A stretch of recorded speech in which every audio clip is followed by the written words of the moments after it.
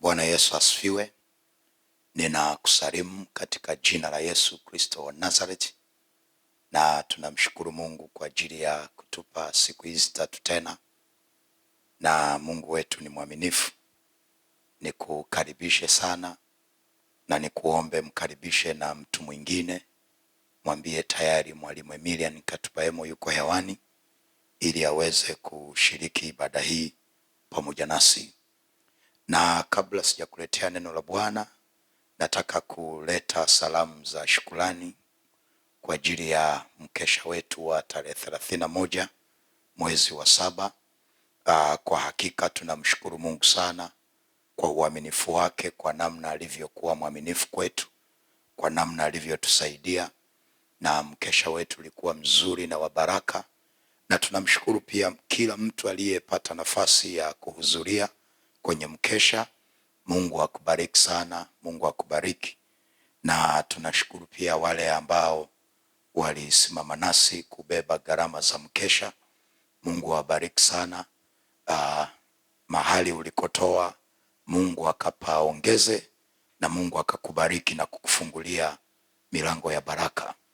Ni kukumbushe tena kwamba tuna kongamano mwezi wa 9. Tuna kongamano mwezi wa 9 tarehe 11, 12 na 13 mwezi wa 9, Ijumaa, Jumamosi na Jumapili. Na kongamano letu litaanza Ijumaa saa 10 kamili, kuanzia saa 9 kamili jioni mpaka saa 2 kamili usiku. Na Jumamosi tutaanza saa 4 kamili asubuhi na tutaenda mpaka saa 12 kamili jioni. Na Jumapili, siku ya mwisho, tutaanza saa 9 kamili mpaka saa 2 kamili usiku. Kwa hiyo hakikisha unaweka ratiba yako hiyo. Tarehe 11, 12 na 13 ya mwezi wa 9 tuna kongamano la wabeba riziki wa familia.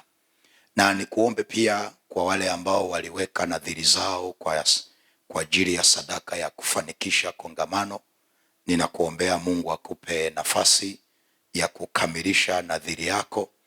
Na Biblia inasema unapoweka nadhiri alafu usiondoe, unafananishwa kama mpumbavu. Lakini pia Mungu anasema ataidai hiyo sadaka kwako kama dhambi. Kwa hiyo unapoweka nadhiri usichelewe kwenda kuiondoa. Usichelewe kuiondoa. Na kuna watu wengi maisha yetu hayaendi, kila kitu kimefungwa kwenye maisha yetu kwa sababu ya nadhiri ambayo uliweka na hukupata nafasi ya kuiondoa.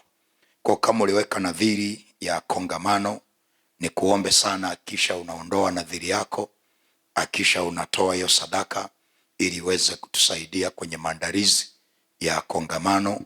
Na ni kuombe pia na unayenisikiliza, budget yetu ya kongamano ni kubwa kidogo. Tunahitaji milioni 34 kufanikisha kongamano letu la mwezi wa 9.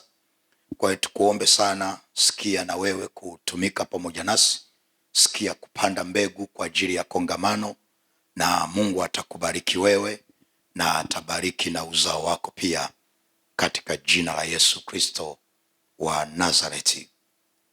Basi nikukaribisha siku ya leo, na tunaanza maombi yetu haya mwezi wa 8.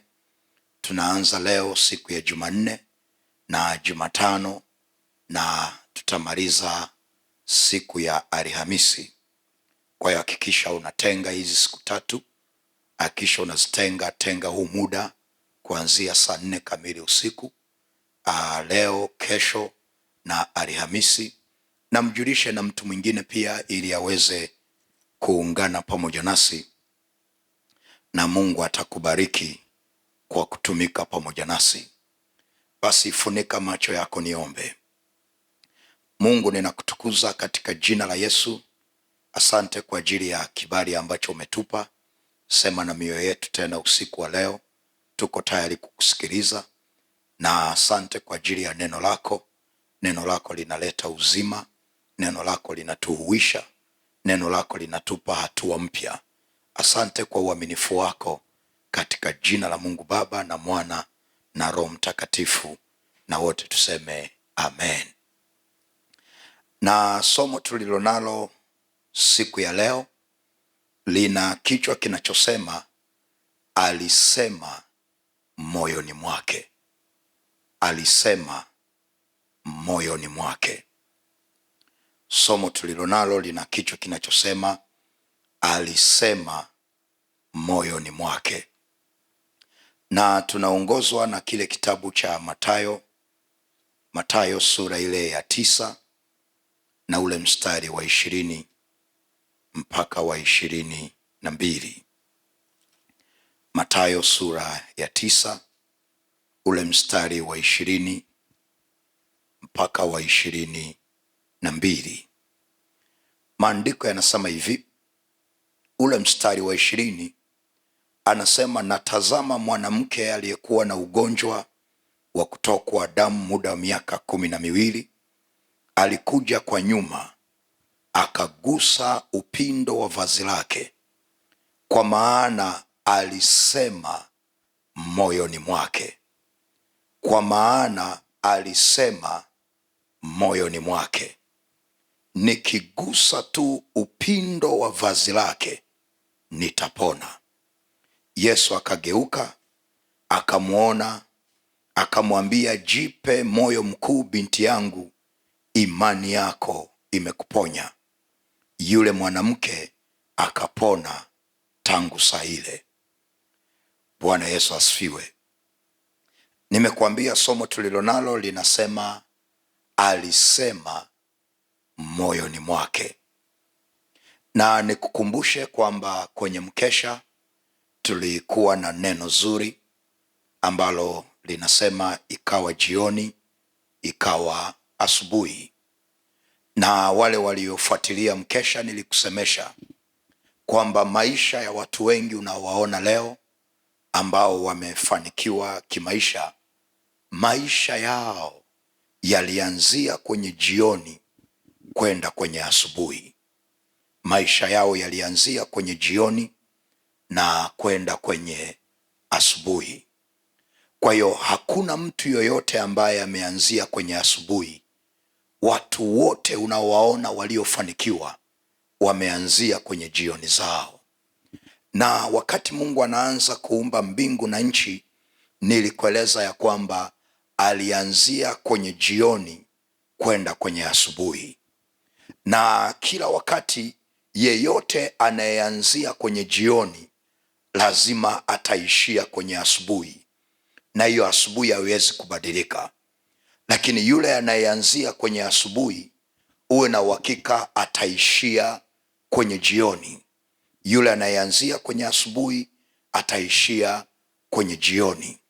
Na tulisoma kitabu cha Ayubu 30 ule mstari wa 5, anasema huenda kilio huja kukaa usiku, lakini asubuhi ikifika huja furaha.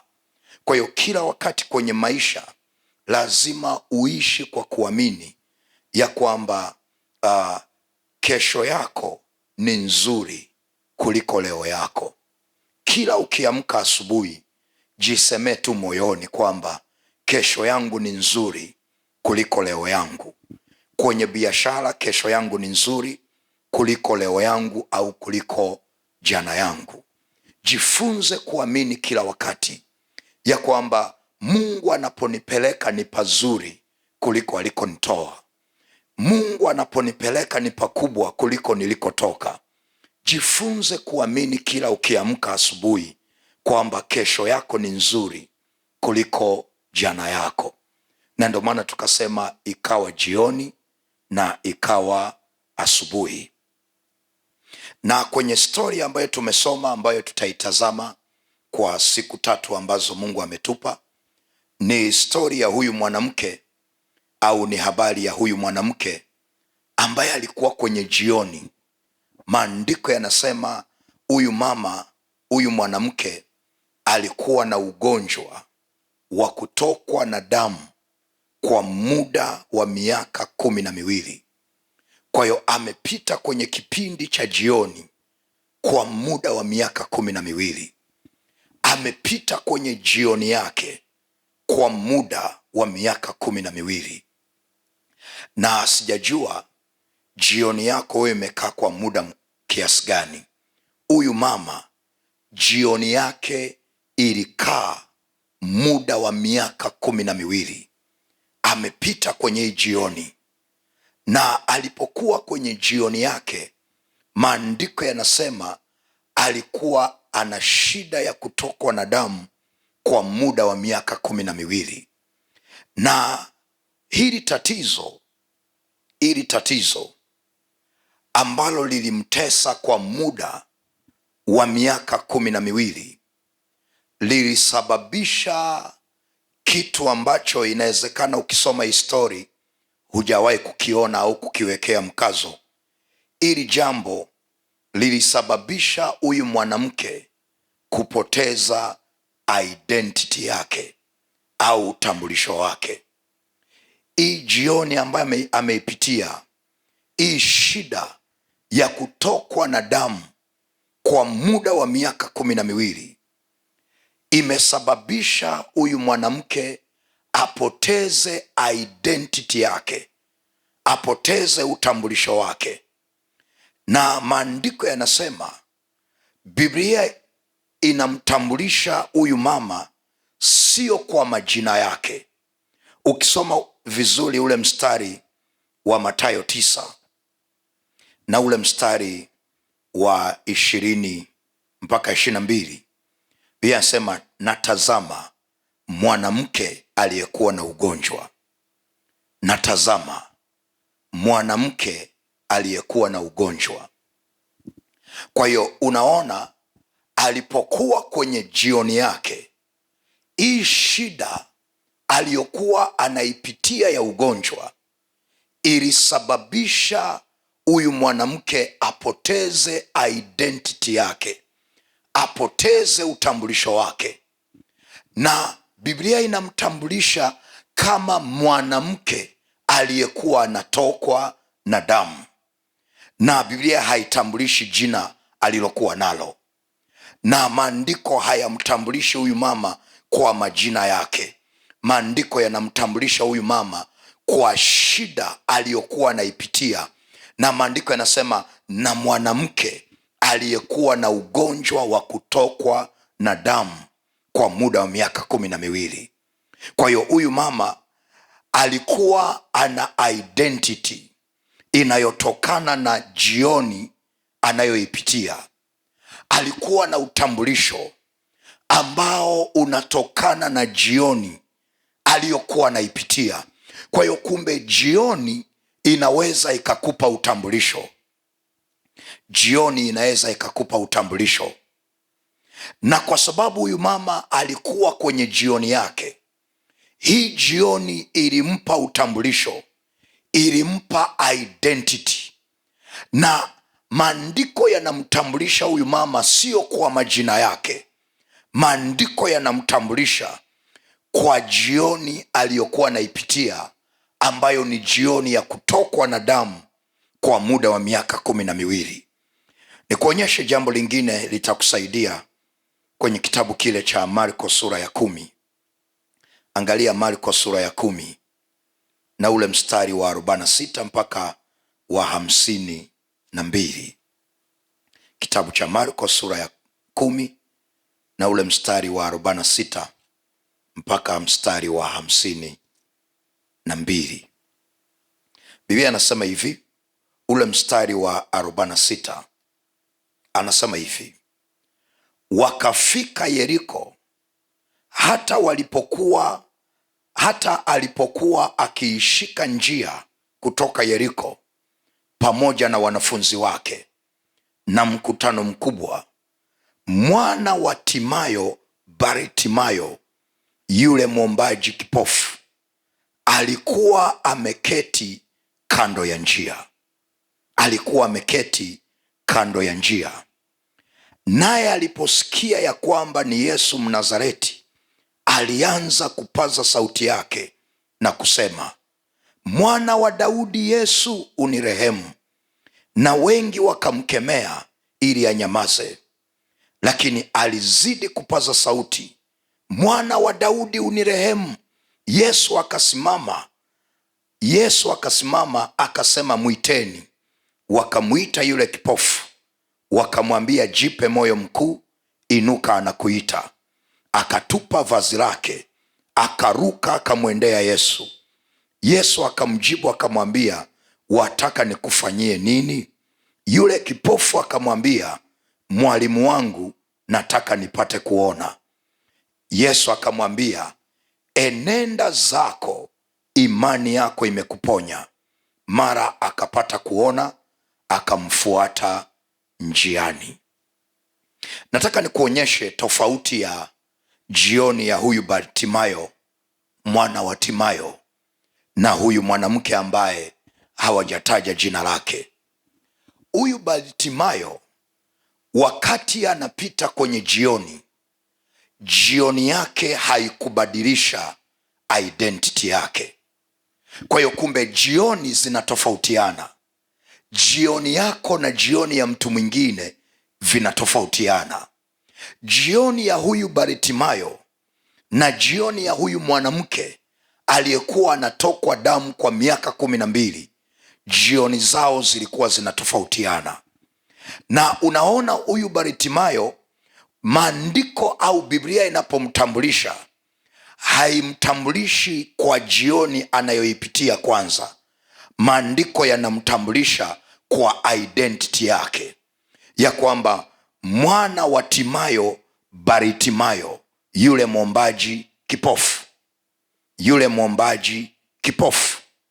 Kwa hiyo shida ya upofu haikubadilisha identity yake, haikubadilisha utambulisho wake. Kwa hiyo hata kwenye ule mji wakitaka kumpata Bartimayo, walikuwa wanamtafuta kwa jina, alafu wanaongeza jioni yake. Kwa hiyo wakitaka kumfikia Bartimayo, walikuwa wanamtafuta kwa jina, Bartimayo, yule mwana wa Timayo, yule ambaye ni kipofu. Asema okay, nenda mtaa fulani ndio utamkuta. Lakini ukija kwa huyu mama ambaye alikuwa na shida ya kutokwa na damu kwa muda wa miaka 12, ukimtafuta kwa majina yake kwenye ule mtaa hautampata, kwa sababu jioni yake ilikuwa imeshabadilisha utambulisho wake. Jioni aliyokuwa anaipitia ilifika mahali hata wakimtafuta huyu mama kwa majina yake, na by the way hata Biblia haijaandika majina yake, haijaandika kabisa majina yake. Kwa nini? Kwa sababu mahali alipokuwa anapita, ile jioni aliyokuwa anaipitia ilifika mahali ikabadilisha identity yake. Kwa hiyo ukitaka kumpata huyu mama au huyu mwanamke, lazima utafute kwamba jamani, namtafuta yule mwanamke ambaye ana shida ya kutokwa na damu, namtafuta huyo mama. Na ukimtafuta huyo mama kwa utambulisho wake, kwa jina alilo nalo, uwe na uhakika hautampata, kwa sababu jioni yake imebadilisha utambulisho wake. Na kuna mtu unanisikiliza na kunitazama, inawezekana kabisa jioni unayoipitia imebadilisha na utambulisho wako, imebadilisha identity yako. Na kuna mtu anasema yule dada ambaye anazeeka bila kuolewa, yule dada ambaye akichumbiwa anaachwa, yule dada ambaye kila mwanaume anamkataa, anamchumbia lakini anamchezea alafu anamwacha. Inawezekana ndio utambulisho ulionao, inawezekana ndio identity yako.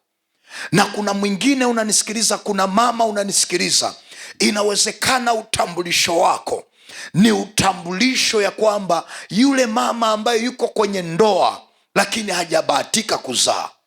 Inawezekana ndio utambulisho wako. Jioni unayoipitia imekufikisha mahali ambako hiyo jioni imebadilisha na utambulisho wako, imebadilisha na identity yako.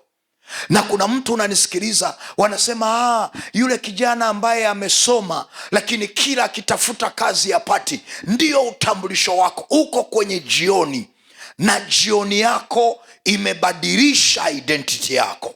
Na huyu mama, kwa sababu ya shida aliyokuwa anaipitia, hii jioni ilibadilisha identity yake. Na maandiko yanasema, na mwanamke aliyekuwa anatokwa damu kwa muda wa miaka 12.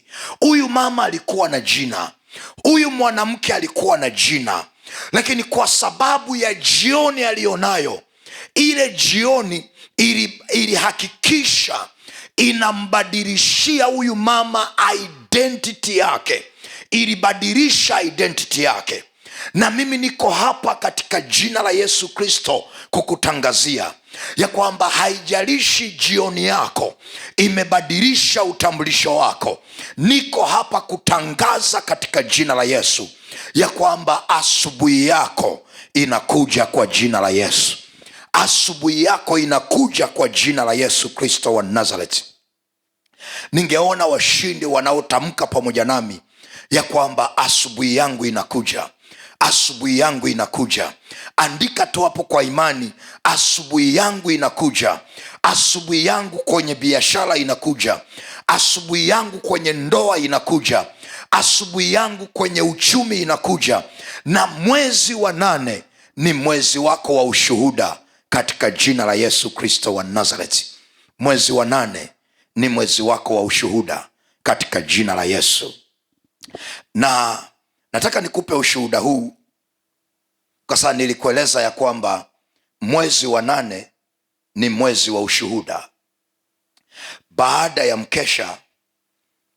ya mkesha kuna dada mmoja ambaye alifuatilia mkesha kwa njia ya mtandao, na aliposikia nimetamka kwamba hiki kikombe hutakinywea tena, huyu dada alisema moyoni mwake ya kwamba hiki kikombe cha kukosa kazi ambacho nimekinywea kwa miaka mingi sitakinywea tena. Alitamka, alijisemea moyoni mwake.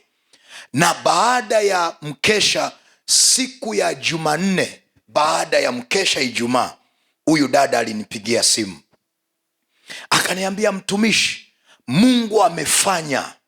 Baada ya mkesha tu nilipokea email ya kwenda kwenye interview siku ya Jumatatu. Na anasema nilipofika kwenye interview, waliponiona tu waliniambia hauna haja ya kufanya interview, tayari umeshapita na tayari umeshapata kazi. Na huyu dada akasema, wakaniambia sema mshahara unaotaka, sema mshahara unaotaka. Na huyu dada akatamka kiwango alichotaka, na kile alichosema wakamwambia tayari umepata. Akasaini mkataba, na as we are speaking, huyu dada tayari yuko kwenye kazi, amepewa na gari, amepewa na nyumba, na alikuwa yuko Morogoro, amehamia sasa yuko Dar es Salaam. Mungu amefanya kicheko kwenye maisha yake. Na mimi nakuombea mwezi wa 8 katika jina la Yesu. Ninakuombea mwezi wa 8, na wewe utashuhudia katika jina la Yesu Kristo wa Nazareti. Na maandiko yanasema wana wa Israeli walipokuwa wanatoka Misri, kwenye ile siku wanatoka Misri, Mungu aliwajalia kupendelewa. Na wale watu wa Misri waliwapa kila walichotaka wana wa Israeli. Na mimi nakuombea mwezi huu wa 8, Mungu akupe neema ya kupendelewa katika jina la Yesu Kristo, na neema ya kupata na kupewa kila unachotaka katika jina la Yesu Kristo wa Nazareti. Pokea neema ya kupendelewa, pokea neema ya kupewa kila unachotaka katika jina la Yesu Kristo. Mwezi wa 8 na wewe utashuhudia katika jina la Yesu. Nasema mwezi wa 8 na wewe utashuhudia katika jina la Yesu Kristo. Hicho kikombe hautakinywea tena katika jina la Yesu. Na mimi ninaamini ushuhuda unaofuata utakuwa ni wa kwako. Nasema anayefuata kushuhudia utakuwa ni wewe kwa jina la Yesu. Mungu anaenda kufanya jambo kwenye biashara yako. Mungu anaenda kufanya jambo kwenye uchumi wako. Mungu anaenda kufanya kitu kwenye biashara yako, na neema ya kupendelewa na neema ya kupewa kila unachotaka iwe juu yako mwezi wa 8 katika jina la Yesu Kristo wa Nazareti. Ningeona washindi wanaosema amen. Pigia Yesu makofi mazuri na vigelegele. Kwa hiyo mwezi wa 8 Mungu anaiondoa jioni yako, na Mungu anabadilisha utambulisho wako. Mungu anabadilisha identity yako. Na kama Mungu alibadilisha identity ya huyu mama, uwe na uhakika na wewe mwezi wa 8 Mungu anabadilisha identity yako. Mungu anabadilisha utambulisho wako, na Mungu anakutoa kwenye jioni, anakupeleka kwenye asubuhi, na hicho kikombe hautakinywea tena katika jina la Yesu Kristo wa Nazareti.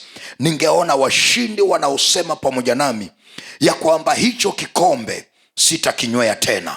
Hicho kikombe sitakinywea tena. Hicho kikombe sitakinywea tena. Mungu ananitoa kwenye jioni, ananipeleka kwenye asubuhi yangu. Ningeona washindi wanaosema pamoja nami kwa imani ya kwamba Mungu ananitoa kwenye jioni, ananipeleka kwenye asubuhi yangu, asubuhi ya heshima. Na kuna watu wengi ambao mwezi wa 8 Mungu anakuondoa kwenye jioni ya aibu. Mungu anakuondoa kwenye jioni ya hasara. Mungu anakuondoa kwenye jioni ya magonjwa. Mungu anakuondoa kwenye jioni ya kukataliwa. Mungu anakuondoa kwenye jioni ya kukosa kazi. Mungu anakuondoa kwenye jioni ya kukosa wateja kwenye biashara. Mungu anakuondoa kwenye jioni ya kuto kusikilizwa na mtu yoyote yule na kuaminika. Mungu anakupeleka kwenye asubuhi yako mwezi huu wa 8, asubuhi ya heshima, asubuhi ya kuinuka kimaisha, asubuhi ya kibali, asubuhi ya kupona hiyo kansa, asubuhi ya kushuhudia matendo makuu ya Bwana. Mwezi wa 8 Mungu anakupeleka kwenye asubuhi yako. Nasema mwezi wa 8 Mungu anakupeleka kwenye asubuhi yako, na mimi natamka ya kwamba asubuhi yako inakuja kwa jina la Yesu. Asubuhi yako kwenye biashara inakuja. Asubuhi yako kwenye ndoa inakuja. Asubuhi yako kwenye mahusiano inakuja. Asubuhi yako kwenye uchumi inakuja katika jina la Yesu Kristo wa Nazareti. Ninakuona mwezi wa 8 ukishuhudia katika jina la Yesu. Ninakuona mwezi wa 8 ukishuhudia. Ningeona washindi wanaopokea katika jina la Yesu Kristo wa Nazareti. Na ukirudi kwa huyu mama alipopita kwenye hii jioni, na hii jioni imebadilisha utambulisho wake. Huyu mama aliisemesha jioni yake, na tulisoma kwenye kitabu kile cha Ayubu 38 na ule mstari wa 12. Anasema, je, umeiamuru asubuhi yako? Kumbe asubuhi inaamliwa. Katikati ya giza unaweza ukaiamuru asubuhi yako. Katikati ya machozi unaweza ukaiamuru asubuhi yako. Ayubu anasema, je, umeiamuru asubuhi tangu siku zako zilipoanza? Umeiamuru asubuhi kwenye biashara. Umeiamuru asubuhi kwenye ndoa. Umeiamuru asubuhi kwenye mahusiano. Umeiamuru asubuhi kwenye uchumi. Ayubu anauliza, je, umeiamuru asubuhi yako? Ayubu anauliza, umeiamuru? Je, umeiamuru asubuhi yako? Na ndio maana Mungu amenipa neno hili ya kwamba huyu mama akiwa kwenye jioni yake, Biblia anasema alisema moyoni mwake. Alisema moyoni mwake, rabashatarabasaya. Na mimi nataka kuona watu mwezi wa 8 ambao watasema moyoni mwao katikati ya jioni unayoipitia, alisema moyoni mwako.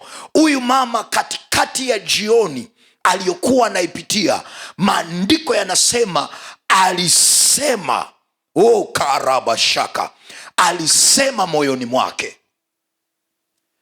Kwenye jioni yake alisema nini moyoni? Alisema, nikigusa tu pindo la vazi lake nimepona. Nikigusa pindo la vazi nimepona. Alisema moyoni mwake, alisema moyoni mwake.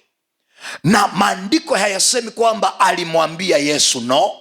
Maandiko hayasemi kwamba aliwaambia watu, no. Maandiko hayasemi kwamba aliwaambia waliokuwa wanamuuguza, no. Maandiko hayasemi kwamba aliwaambia madaktari, no. Maandiko yanasema alisema moyoni mwake. Alisema moyoni mwake. Wewe unasema nini moyoni mwako? Huyu mama alisema moyoni mwake, nikigusa tu pindo la vazi lake nimepona. Alisema moyoni, nikigusa pindo la vazi nimepona. Na angalia, amesema akiwa wapi? Amesema akiwa kwenye jioni yake. Amesema moyoni akiwa kwenye jioni yake. Na maandiko yanasema kwenye kitabu kile cha Ayubu 22:28. Ngoja nikusome pale Ayubu 22:28. Angalia kitabu cha Ayubu sura ya 22 na ule mstari wa 28. Ayubu 22:28 anasema hivi, nawe utakusudia neno, nalo litathibitika kwako, na mwanga utaziangazia njia zako. Nawe utakusudia neno. Kwa huyu mama akiwa kwenye jioni, aliisemesha jioni yake. Alikusudia sio kwa midomo, alikusudia moyoni mwake. Akaisemesha jioni yake ya kwamba jioni usinitanie, hali ya kutoka na damu usinitanie. Huyu mama akasema moyoni, rekataya na masaya. Alisema kitu gani? Alisema, nikigusa pindo la vazi nimepona. Na mimi nataka kuona watu wanaosema moyoni, kwenye mioyo yao, ya kwamba mwezi huu wa 8 na mimi nitashuhudia. Mwezi huu wa 8 huu ugonjwa unaniachia. Mwezi huu wa 8 milango inanifungukia. Mwezi huu wa 8 ninapata kazi. Nataka kuona wanaosema kwenye mioyo yao. Huyu mama alisema moyoni mwake. Alisema moyoni mwake. Kanda rabashaka. Maandiko hayasemi kwamba aliwaambia watu. Maandiko hayasemi kwamba aliwaambia madaktari waliokuwa wanamtibu. Maandiko hayasemi kwamba aliwaambia ndugu zake waliokuwa wanamuuguza, no. Waliokuwa wanamuuguza walikuwa wanamuonea huruma, lakini huyu mama moyoni anajisemea, nikigusa pindo la vazi nimepona. Nikigusa pindo la vazi utambulisho wangu utabadilika. Nikigusa pindo la vazi hiki kikombe sitakinywea tena. Nikigusa pindo la vazi huu ugonjwa unaniachia. Alisema moyoni mwake. Alisema moyoni mwake. Alisema moyoni mwake. Sijajua moyoni mwako unasema nini. Sijajua kwa ajili ya biashara yako moyoni mwako unasema nini. Utakusudia neno nalo litakuwa. Utakusudia neno nalo litakuwa, na mwanga utaziangazia njia zako. Kwa hiyo lazima ukusudie neno. Na huyu mama laiti kama angepata ufunuo mapema, asingepita kwenye shida miaka 12. Asingepita kwenye shida miaka 12. Alipopata revelation, alipopata ufunuo, alikusudia neno. Alisema moyoni mwake ya kwamba nikigusa pindo la vazi nimepona. Nimekupa ushuhuda wa huyu dada ambaye amepata kazi baada ya mkesha, na yeye alisema moyoni mwake ya kwamba hiki kikombe sitakinywea tena, hiki kikombe sitakinywea tena.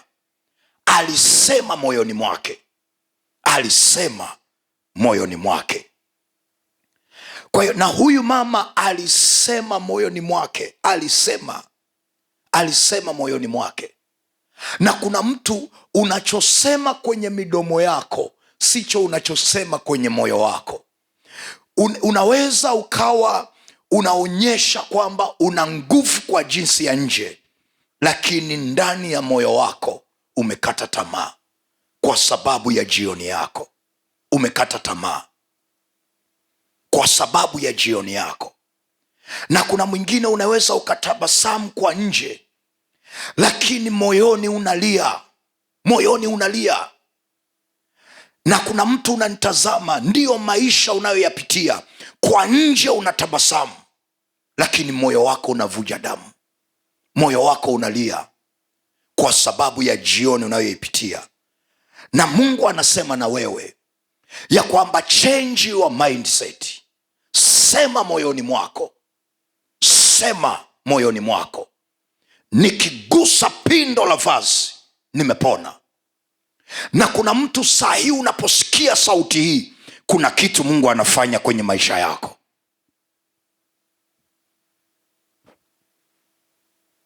Kuna mtu Mungu anaponya ugonjwa ulionao. Kuna mtu Mungu anaponya kansa ulionayo. Kuna mtu Mungu anakuponya hiyo shida kwenye mgongo. Na Mungu anachotafuta, sema moyoni mwako. Huyu mama alisema moyoni mwake, nikigusa pindo la vazi nimepona. Na mimi nataka siku ya leo tuangalie mambo matatu. Nataka tujifunze kwa kutazama mambo matatu. Jambo la kwanza, andika, katikati ya unachokipitia chunga sana unachosikia. Katikati ya unachokipitia chunga sana unachokisikia. Kwa lugha nyingine, ukiwa kwenye jioni yako, chunga sana ni maneno gani unasikia. Chunga sana ni maneno gani unasikia. Na ukisoma kwenye hii habari ya huyu mama, ni habari ambayo imeandikwa na Mathayo, imeandikwa na Marko, imeandikwa pia na Luka. Ni habari ambayo Mathayo aliandika, Luka aliandika, na Marko pia aliandika. Na ukisoma hii story, namna Mathayo alivyoandika sivyo Luka alivyoandika. Kila mtu kuna kitu amekiongeza. Ukisoma kwenye Mathayo ndio anayetuonyesha kwamba huyu mwanamke alisema moyoni mwake. Lakini ukisoma kwa Luka hakuandika. Luka yeye ameandika kwamba huyu mama alisema. Huyu mama alisema. Mathayo anatusaidia kuelewa kwamba alisema moyoni mwake. Alisema moyoni mwake. Lakini Marko yeye ameandika tu kwamba huyu mama alisema. Lakini na Marko kuna kitu amekiandika ambacho Mathayo hakukiandika. Angalia kwenye Marko sura ya 5. Angalia kwenye Marko sura ya 5 na ule mstari wa 25 mpaka wa 28. Angalia Marko sura ya 5 na ule mstari wa 25 mpaka wa 28. Na kuonyesha kitu ambacho Marko aliandika. Marko anasema hivi kwenye Marko 5 mstari wa 25 mpaka wa 28. Anasema hivi: na mwanamke mmoja mwenye kutoka damu muda wa miaka 12 na kuteswa mengi kwa mikono ya matabibu, amegharamiwa vitu vyote alivyo navyo, kusimfae hata kidogo, bali hali yake ilizidi kuwa mbaya. Aliposikia habari za Yesu, alipita katika mkutano kwa nyuma, akaligusa vazi lake. akaligusa vazi lake, maana alisema, nikiyagusa mavazi yake tu nitapona.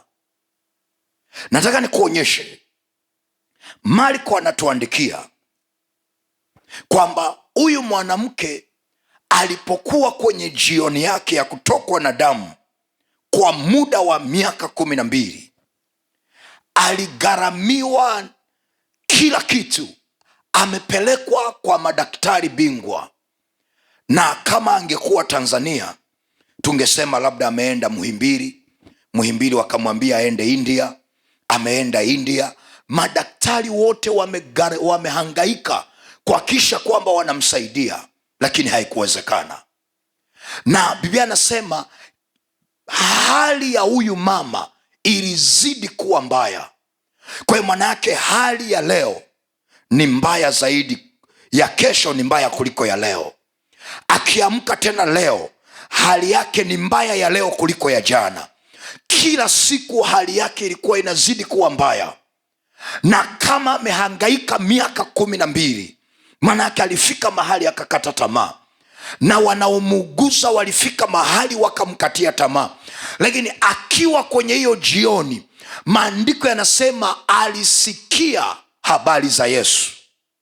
Alisikia habari za Yesu, na Biblia haituelezi alisikia wapi, lakini Biblia sema alisikia habari za Yesu. Na aliposikia zile habari za Yesu, ziliachilia imani ndani yake, na ile imani ilipojengeka kwenye moyo wake, ndiyo akasema moyoni ya kwamba nikigusa pindo la vazi lake nimepona. Lakini ili hiyo imani ijengeke kwenye moyo wake, maandiko yanasema alisikia habari za Yesu. Alisikia habari za Yesu. Kwa nina uhakika alisikia ya kwamba Yesu anaponya. Alisikia ya kwamba yasiyowezekana kwa wanadamu, kwa Mungu yanawezekana. Alisikia ya kwamba Mungu aliigawa bahari ya Shamu. Alisikia ya kwamba Sara alizaa katika uzee wake. Alisikia habari za Naamani aliyeponywa ukoma. Alisikia habari za wana wa Israeli, namna ambavyo Mungu aliwatoa kwenye mikono ya Farao walipohangaika na kuteseka miaka zaidi ya 430. Aliposikia habari za Yesu akiwa kwenye jioni yake, imani ikajengeka kwenye moyo wake. Na imani ilipojengeka, akasema moyoni mwake ya kwamba nikigusa tu pindo la vazi lake nimepona. Na Mungu anakusema na moyo wako usiku wa leo. Na injili maana yake ni uweza uletao wokovu, na injili ni habari njema. Na kuna mtu Mungu anakusemesha usiku wa leo, anatafuta kama utasikia, na sijajua mahali unakopita. Huyu mama alikuwa kwenye jioni, aliposikia habari za Yesu ya kwamba kwa Mungu mambo yote yanawezekana, imani ilijengeka ndani yake. Na mimi nimetumwa mwezi wa 8 kukusemesha ya kwamba yasiyowezekana kwa wanadamu, kwa Mungu yanawezekana. Yasiyowezekana kwa wanadamu, kwa Mungu yanawezekana. Risatarabakoria shata. Nimetuma kukusemesha ya kwamba Mungu anaweza kuponya hiyo kansa. Mungu anaweza kukuinua tena. Mungu anaweza kugawa hiyo bahari ya Shamu ambayo unaipitia. Mungu anaweza kufanya njia mahali pasipo na njia. Huyu mama alisikia habari za Yesu. Inawezekana wewe unatembea na taarifa ya madaktari ya kwamba hii kansa haiwezi kupona, huu ugonjwa hauwezi kupona, huu mlango hauwezi kukufungukia. Inawezekana unatembea na taarifa za madaktari. Inawezekana umesikia habari za watu wanaokusemesha kwamba huwezi kupona, huwezi kuvuka, huwezi kuinuka.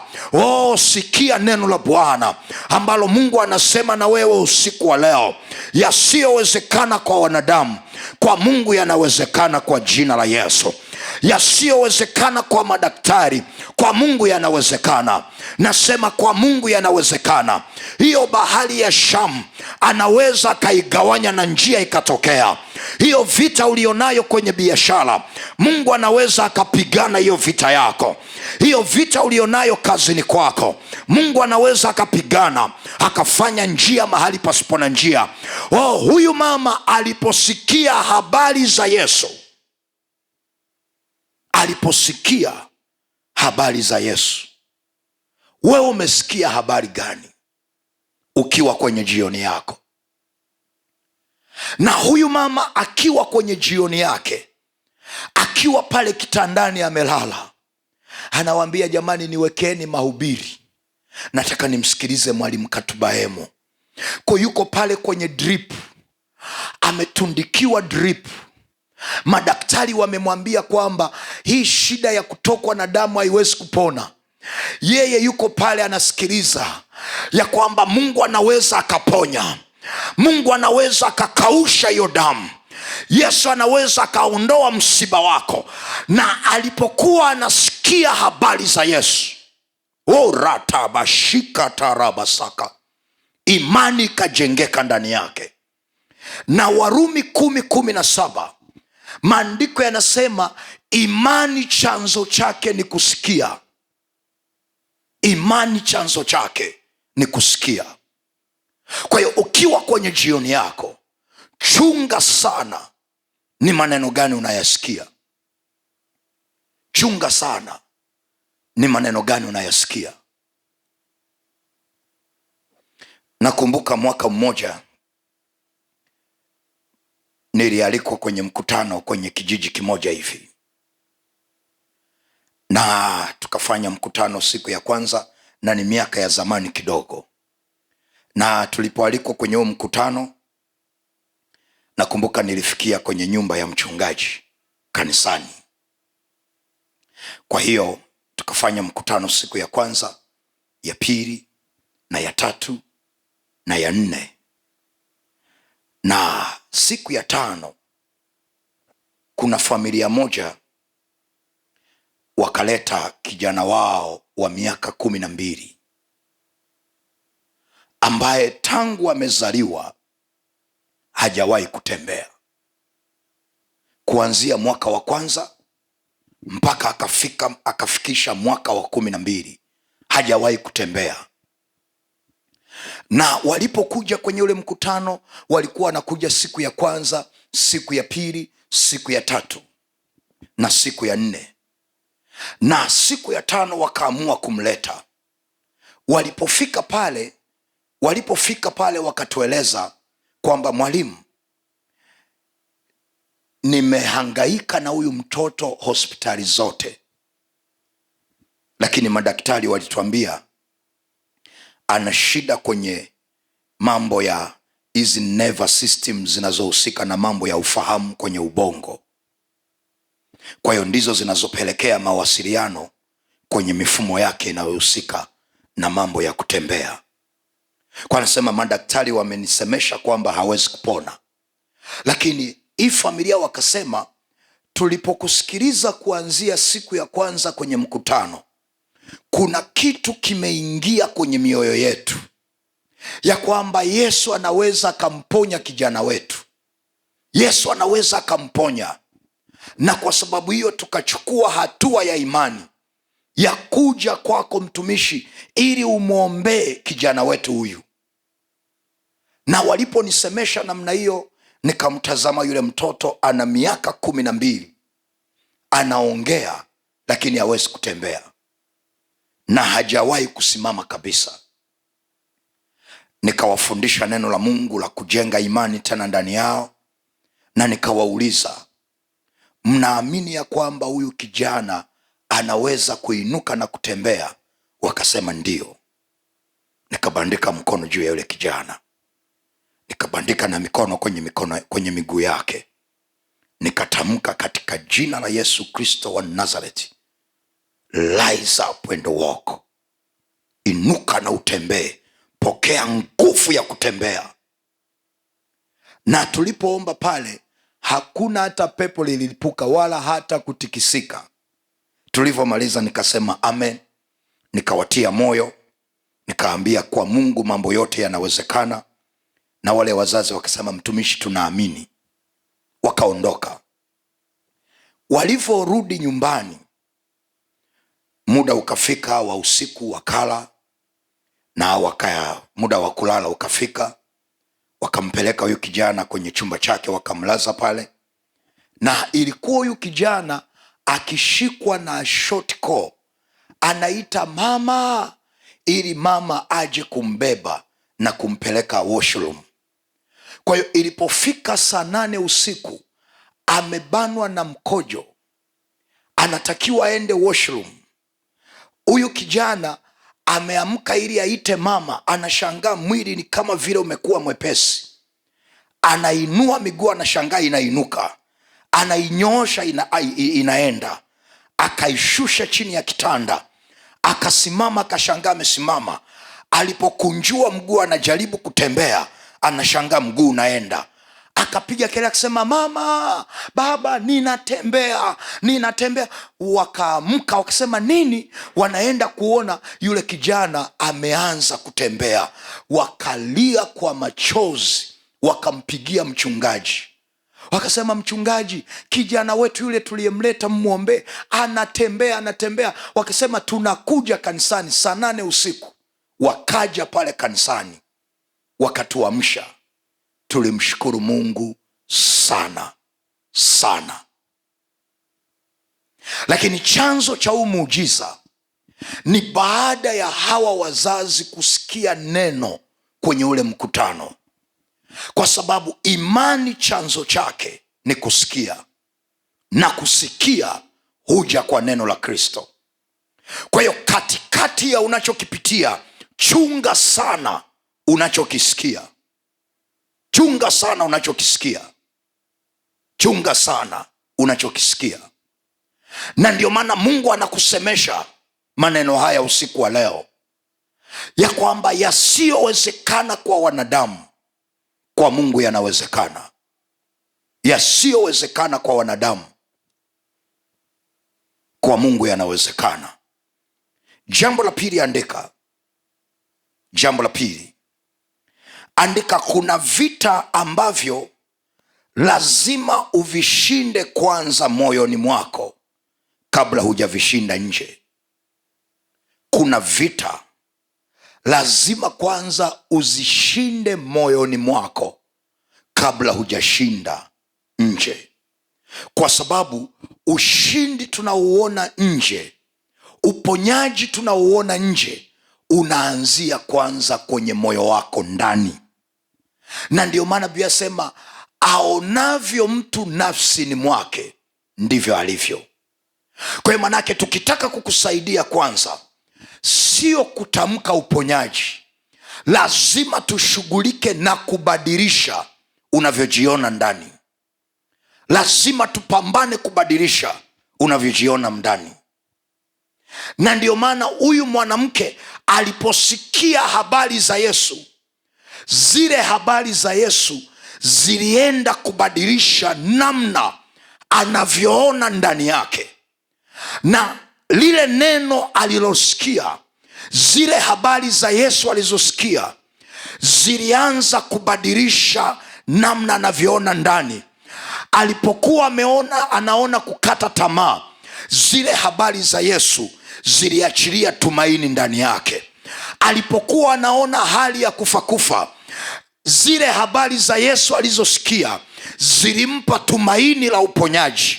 Na baada ya tumaini kujengeka ndani yake, maandiko yanasema huyu mama akaanza kusema, kwa sababu imani bila matendo imekufa. Imani bila matendo imekufa. Baada ya kusikia habari za Yesu na baada ya kuamini, huyu mama alianza kusema. Na maandiko yanasema, aliye dhaifu aseme nina nguvu, aliye mgonjwa aseme nina afya, aliye maskini aseme mimi ni tajiri. Huyu mama alisema moyoni mwake, alisema moyoni mwake. Kwa hiyo kuna vita lazima uzishinde moyoni mwako kwanza kabla hujazishinda kwa nje.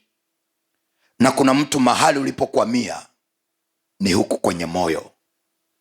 Na ndio maana wakati Yesu anafanya huduma, Biblia anasema akikutana na kipofu alikuwa anamuuliza, unataka nikufanyie nini? Unataka nikufanyie nini? Huyu anasema nataka kuona. Anasema pokea. Mahali pengine alikuwa anauliza ya kwamba unaamini kwamba unaweza kupona? Unaamini? Anatafuta kujua moyoni unaona kitu gani, moyoni unaona nini, kwa sababu lazima kwanza ushinde kutokea moyoni mwako kwanza. What do you see? Na kazi mojawapo ya neno la Mungu ni kubadilisha unavyoona ndani yako, ni kubadilisha unavyoona ndani yako, ni kubadilisha unavyoona ndani yako. Angalia kitabu cha Marko sura ya 5, Marko sura ya 5 na ule mstari wa 25 mpaka wa 28. Nikusomee tena pale nikuonyeshe. Biblia anasema hivi: mwanamke mmoja mwenye kutokwa damu muda wa miaka 12 na kuteswa mengi kwa mikono ya matabibu wengi, amegharamiwa vitu vyote alivyo navyo, kusimfae hata kidogo, bali hali yake ilizidi kuwa mbaya. Aliposikia habari za Yesu, alipita katika mkutano kwa nyuma, akaligusa vazi lake, maana alisema, nikiagusa mavazi yake tu nitapona. Mara chemichemi ya damu yake ikakauka. Nachotaka nikuonyeshe nini? Huyu mama katikati ya ugonjwa aliyokuwa nao, kulikuwa na ripoti nyingi za madaktari, kulikuwa na maneno mengi ya watu, na kuna watu walikuwa wanampa reference kwamba unakumbuka kuna dada aliwahi kupata changamoto kama ya kwako, unakumbuka alikufa Dada asema unakumbuka tulipoenda hospitalini, uliona wale wamama waliolazwa udini ambao wana changamoto kama ya kwako, uliona namna walivyokonda, uliona namna walivyosema Lakini katikati ya ripoti zote za madaktari, huyu mama neno alilosikia lilibadilisha huku ndani kwanza, lilibadilisha moyoni mwake kwanza. Akaanza kuona uponyaji, akaanza kuona uzima, akaanza kuona asubuhi. Na Mungu anakuuliza usiku wa leo, what do you see? Waona nini? Kasa kuna mtu uko hapa, hata kama tutakuombea na kukupaka mafuta ya kitimoto, kama moyoni mwako huoni uponyaji, kama moyoni mwako huoni kuinuka, kama moyoni mwako hujioni mahali fulani pakubwa, uwe na uhakika tutakuombea mpaka utaota upala. Hakuna kitakachobadilika kwenye maisha yako, hakuna kitakachobadilika, kwa sababu cha kwanza lazima uone uponyaji ndani yako, lazima uone kuinuka ndani yako. Sio kile watu wanachosema, sio kile ripoti ya madaktari inasema. Lazima uone moyoni mwako kwanza. Anza kuona ushindi, anza kuona umepata ile kazi, anza kuona hiyo vita imeondoka, anza kuona ushindi kwenye moyo wako, anza kuona uponyaji. Huyu mama aliona uzima kwenye moyo wake kwanza, na ndio maana alisema moyoni mwake, alisema moyoni mwake. Na jambo la tatu na la mwisho, jambo la tatu na la mwisho, unasema nini moyoni mwako? Unasema nini moyoni mwako? Na kwenye mabano andika, usiruhusu tatizo lako lizungumze zaidi ndani yako kuliko neno la Mungu. Usiruhusu tatizo lako lizungumze zaidi ndani yako kuliko neno la Mungu. Na kuna watu matatizo yanaongea zaidi kuliko neno la Kristo. Matatizo yanasema zaidi kuliko neno la Mungu. Matatizo yanaongea zaidi kwenye moyo wako kuliko neno la Mungu. Na kuna mtu vita inaongea zaidi kwenye moyo wako kuliko neno la Kristo, kuliko neno la Mungu. Na kuna mtu sauti ya matatizo ni kubwa kwenye moyo wako kuliko sauti ya neno la Mungu, kuliko sauti ya neno la Mungu. Na kuna mtu tatizo lilonalo linasema huwezi kuinuka, huwezi kupona, huwezi kutoka kwenye hii jioni, huwezi kufanikiwa. Ndiyo sauti inayopiga kelele ndani yako. Wewe unasema nini moyoni mwako? Wewe unasema nini? Moyo wako unasema nini? Na kuna mtu kile unachosema kwa ulimi wako sicho unachosema kwenye moyo wako. Kwa jinsi ya nje watu wanakuona una nguvu, lakini moyoni unachosema hakiendani na unachosema kwenye ulimi wako. Hakiendani na kile unachosema ndani yako. Huyu mama alisema, nikigusa tu pindo la vazi nimepona. Alisema moyoni mwake. Na neno la Mungu alilosema mwezi wa 8 ni kwamba hicho kikombe hautakinywea tena, kwenye Isaya 51:22. Na ndicho unachotamani. Tembea ukisema moyoni mwako. Sema moyoni, hiki kikombe sitakinywea tena. No matter mazingira unayopitia, sema moyoni mwako, hiki kikombe sitakinywea tena. Sema kwenye moyo wako. Hata kama mazingira ya nje yanasema haiwezekani, moyo wako useme, hiki kikombe sitakinywea tena. Hiki kikombe sitakinywea tena. Na mimi nataka kuona wanaosema kile kilichoko moyoni. Andika tu hapo as much as you can. Mwezi wa 8 hiki kikombe sitakinywea tena. Mwezi wa 8 asubuhi yangu inakuja. Sema kile unachoamini moyoni. Sema, mwezi wa 8 hiki kikombe sitakinywea tena. Mwezi wa 8 ninatamka, hiki kikombe sitakinywea tena. Kwa jina la Yesu Kristo, sema kile unachoamini. Wewe unasema nini moyoni mwako? Na mimi nataka kuona washindi ambao wanasema katikati ya mazingira ambayo ugonjwa unakuambia huwezi kupona, mazingira yanakuambia huwezi kuvuka, hiyo vita inakuambia hapa unaenda kuisha. Mungu anataka useme moyoni mwako ya kwamba hapa napona, hiki kikombe sitakinywea tena. Hii bahari ya Shamu inagawanyika na njia inatokea. Sema, hiki kikombe sitakinywea tena. Asubuhi yangu inakuja mwezi wa 8, na mimi natamka kwa jina la Yesu ya kwamba asubuhi yako inakuja dada, asubuhi yako inakuja mama, asubuhi yako inakuja kijana, asubuhi yako inakuja, na hicho kikombe hutakinywea tena. Ningeona wanaosema pamoja nami hapa, andika tu kwa imani ya kwamba hiki kikombe sitakinywea tena. Asubuhi yangu inakuja. Ora pakoria saka rekata ya dabashaka. Huyu mama alisema moyoni mwake. Wewe unasema nini usiku wa leo? Wewe unasema nini kwenye moyo wako usiku wa leo, kwa habari ya biashara yako, kwa habari ya uzao wako, kwa habari ya ndoa yako, kwa habari ya mahusiano yako, kwa habari ya ile biashara? Unasema nini moyoni mwako? Unasema nini moyoni mwako? Kandere bashata rekata ya dabashaka.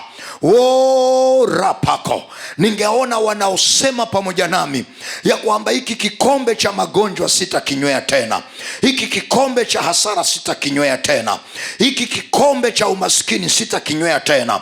Huyu mama alisema hiki kikombe cha magonjwa sitakinywea tena. Alisema moyoni mwake, na kila alisema kilitokea.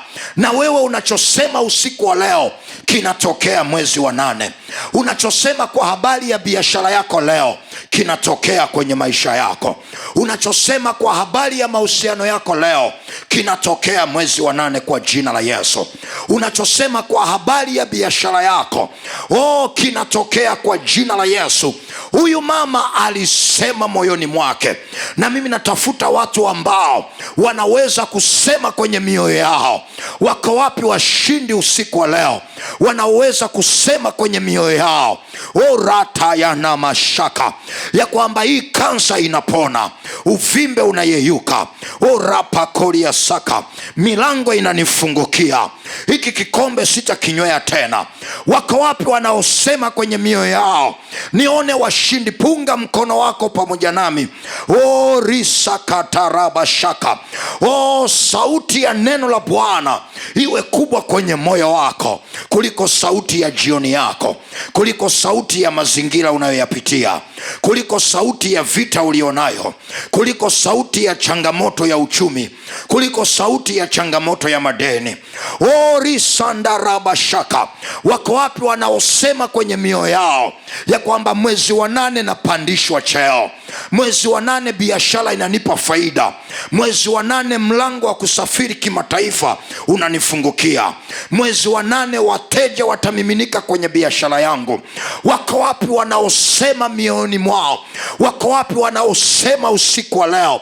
Andika tu hapo kwa imani kile unachosema. Andika tu hapo kwa imani kile unachosema. Risataraba shaka. Na mimi ninaona katika jina la Yesu Mungu akifanya kile unachosema usiku wa leo. Mungu anakitimiza usiku wa leo. Nasema Mungu anakifanya usiku wa leo kile unachosema. Huyu mama alisema, nikigusa pindo la vazi msiba wangu umeondoka. Na kuna watu mwezi wa 8 msiba wako unaondoka. Huo msiba wa madeni Mungu anauondoa. Huo msiba wa aibu Mungu anauondoa. Hiyo roho ya kukataliwa Mungu anaiondoa. Na ninaona Mungu akifanya vitu vikubwa kwenye maisha yako katika jina la Yesu. Ninaona Mungu akikuinua. Ninaona Mungu akikuponya kwa jina la Yesu Kristo wa Nazareth. Mungu anakufuta machozi. Nasema Mungu anakufuta machozi. Mungu anaponya hiyo kansa kwa jina la Yesu Kristo wa Nazareth. Orisa taraba koria robo koria saka. Alisema moyoni mwake. Wewe unasema nini? Katikati ya jioni yako sema kile unachoamini ambacho umesikia kwenye neno la Bwana. Orisa tarabako. Katikati ya giza sema tu pambazuko langu linakuja. Orisata. Katikati ya madeni sema ya kwamba sitakopa bali nitakopesha mataifa. Orisandaraba koria saka. Orobo koria saka. Nguvu za Bwana zinashuka juu yako usiku wa leo, na Mungu anakupa ushuhuda. Nasema Mungu anakupa ushuhuda. Orisata. Oramando robo koria ndaraba karia saka.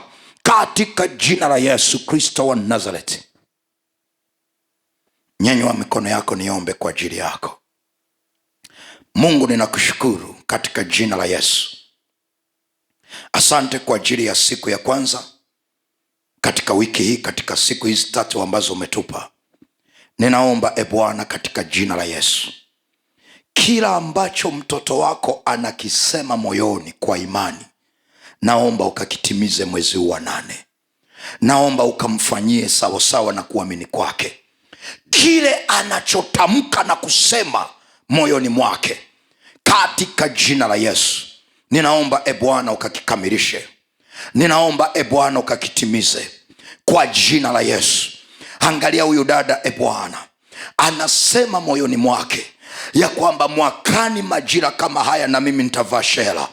Baba, naomba utimize anachosema. Angalia, huyu mama anasema moyoni mwake ya kwamba vita vyangu vimekwisha.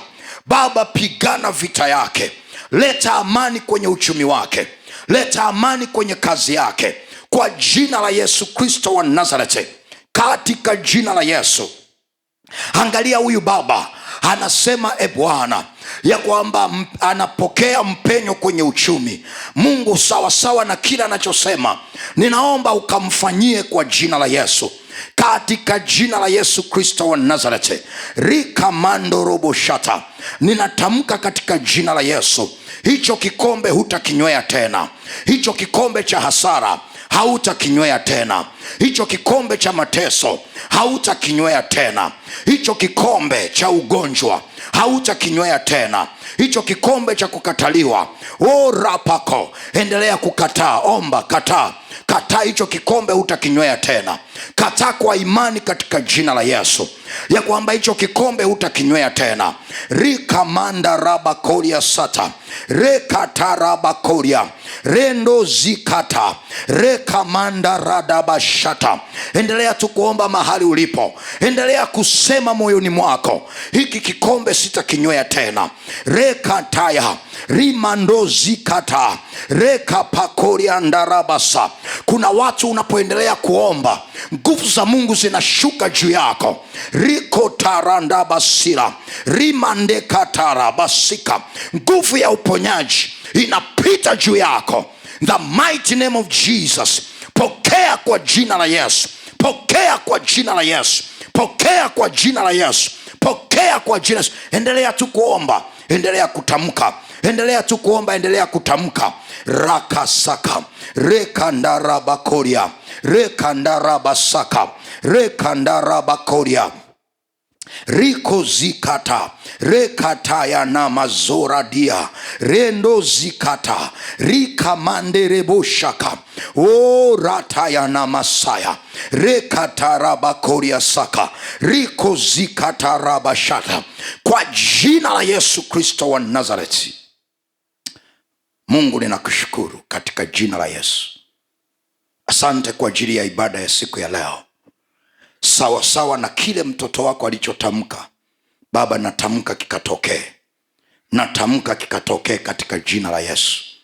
Natamka kikatokee kwa jina la Yesu. Nyanyua mikono yako juu. Ninatamka katika jina la Yesu Kristo wa Nazareti, mwezi huu wa 8 Mungu akupe kicheko, na mwezi huu wa 8 Mungu akupe ushuhuda, na hicho kikombe hautakinywea tena katika jina la Yesu. Na Mungu akutoe kwenye jioni yako, akupeleke kwenye asubuhi yako. Mungu akutoe kwenye jioni yako, akupeleke kwenye asubuhi yako, katika jina la Yesu Kristo. Shika sadaka yako nzuri kwa Bwana. Shika sadaka yako nzuri. Mungu, asante kwa ajili ya ibada ya siku ya leo. Watoto wako wameshika dhabihu katika mikono yao, nami nazibariki na kuziombea. Ninaomba Bwana ukafanye yale waliyosema kwenye mioyo yao sawa na makusudi yako. Zikubali dhabihu na sadaka tunazokutolea leo, katika jina la Mungu Baba na Mwana na Roho Mtakatifu, na wote tuseme amen. Mshangilie Yesu kwa makofi mazuri. Mshangilie Yesu kwa makofi mazuri. Mpiga makofi mazuri. Mshangilie Yesu kwa makofi mazuri kabisa. Thank you Jesus. Thank you Jesus. Thank you Jesus. Thank you Jesus. Tunamshukuru Mungu kwa ajili ya ibada ya siku ya leo. Tunakutana tena kesho saa 4 kamili usiku. Mkaribishe na mtu mwingine, lakini nikukumbusha kwamba tuna kongamano mwezi wa 9 tarehe 11, 12 na 13 ya mwezi wa 9, na itakuwa Ijumaa, Jumamosi na Jumapili, na bajeti yetu ni milioni 34 kwa hizo siku 3, kukodisha ukumbi na kuweka mapambo na kila kitu. Kwa hiyo nikuombe sana, akisha na wewe unapanda mbegu yako kwa ajili ya kongamano, akisha na wewe unatuma sadaka yako kuwezesha kongamano, na Mungu wa mbinguni atakubariki sana. Niombe share video hii, share link hii, lakini pia like video hii, na kama hujasubscribe akisha una subscribe, na Mungu wangu akubariki. Na wenzangu wanakuwekea wimbo wa kuabudu, wanakuwekea na namba ya sadaka. Karibu uendelee kutoa sadaka wakati unamwabudu Bwana. Amen.